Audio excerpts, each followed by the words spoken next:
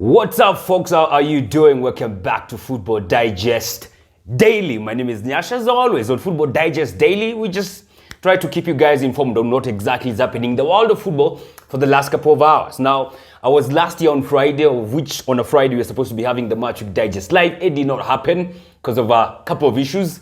And then I did not again do the Digest Daily on Monday again.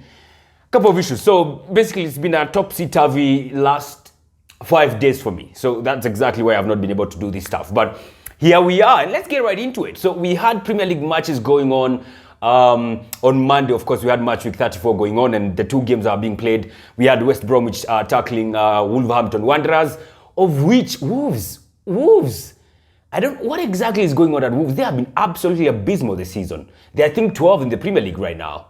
I think the two teams that have been strangely poor this season have to be Wolves and Arsenal.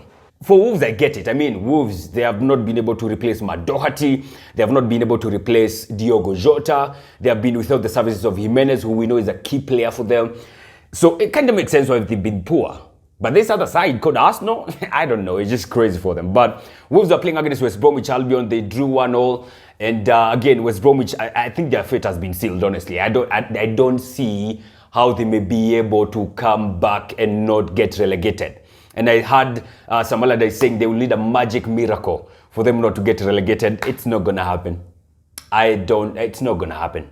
It's not going to happen. Then we had Burnley playing against West Ham. West Ham won that game 2-1. Of course, they're keeping their fight to get the top four, if not the Europa League position. So we're still waiting to see how that's going to go down. They're not going down without a fight. If they're not going to make the top four, they would be sure as they're making the top five.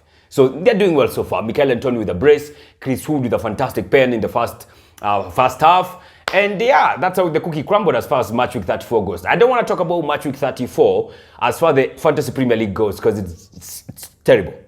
It's terrible. The last 3 game weeks for me have been, I think, the worst I've had this whole season.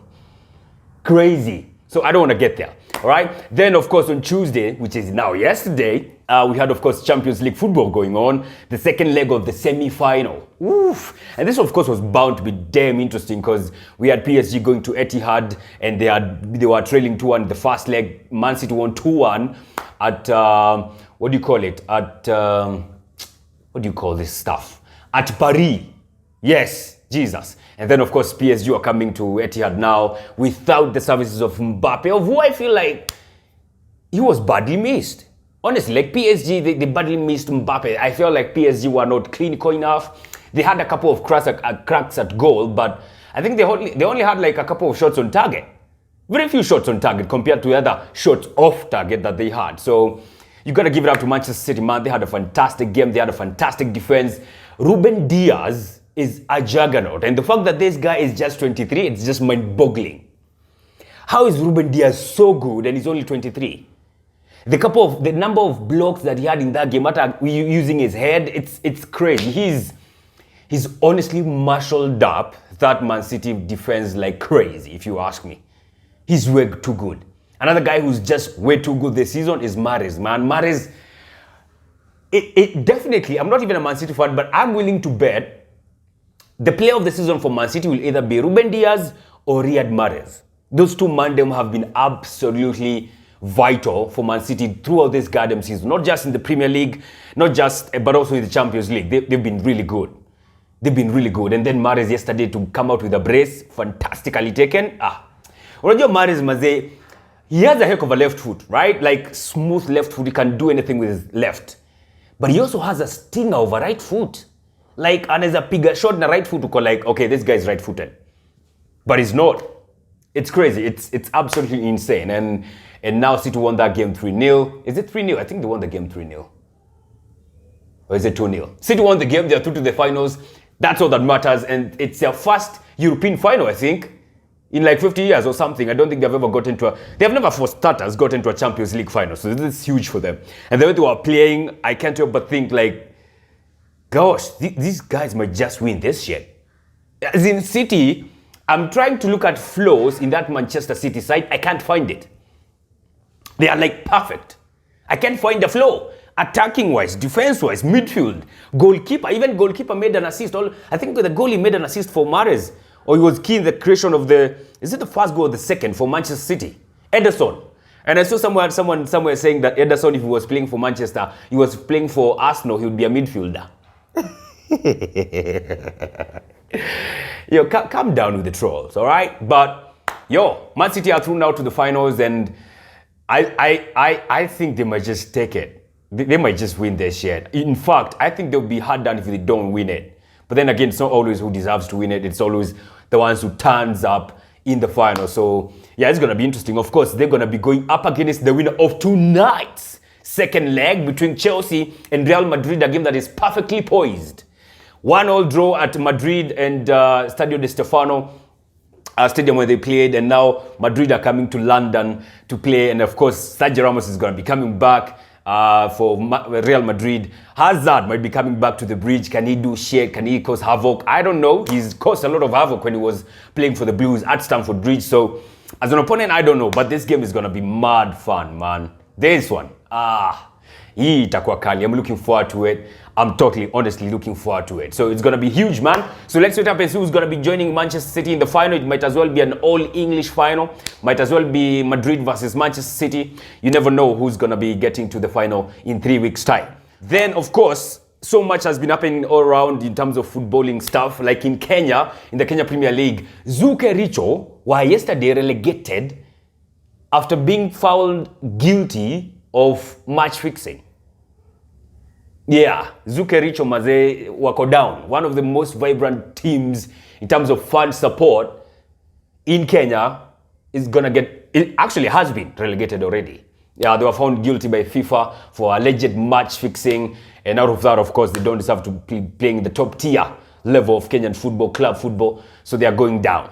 All right, and it's a pity, man. It's a pity for such a team, but it is what it is. If they were guilty of match fixing, man, match fixing, you can't go far with that shit, man. You just can't. And now they're out. There has been talks of Bernd Leno leaving Arsenal. I saw some bloggers yesterday saying he might be leaving, but then it was clickbait, of which for me I felt prey because I wanted like to see what exactly is going on here. Bernd Leno, why is he talking of leaving Arsenal? And he was saying he has 2 years left on his contract and he's open to staying at Arsenal. He's also open to trying out new things, new adventures.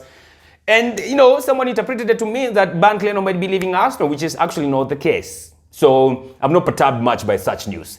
And no one should, especially an Arsenal fan. The one news that is perturbing me, to be honest, is the Daniel Ek takeover, because this one is going to take a long time. And on Monday, Thierry Henry was speaking and he said he's actually quite aware of what Daniel Ek is trying to do. He's trying to inject the Arsenal DNA. He loves the club.